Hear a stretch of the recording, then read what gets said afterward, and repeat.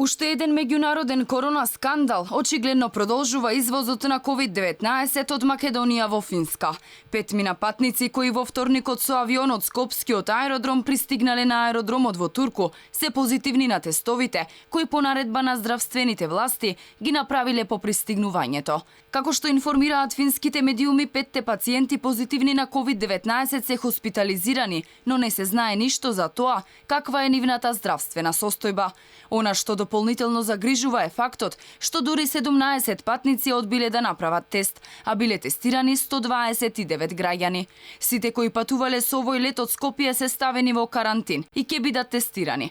По непријатната ситуација со 24 заразени патници, финците воведоа задолжително тестирање и можен карантин за лица кои доаѓаат од кризни подрачја, меѓу кои е нашата земја, со оглед на епидемиолошката состојба поради корона кризата.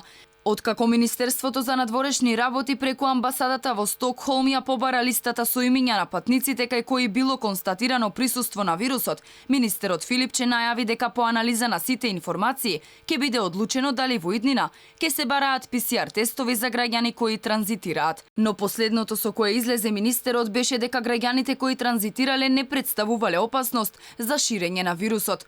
По овие немили настани повторно страв кај македонските граѓани, дека е можно патниците кои прават транзит сепак да бидат опасност за ширење на инфекцијата.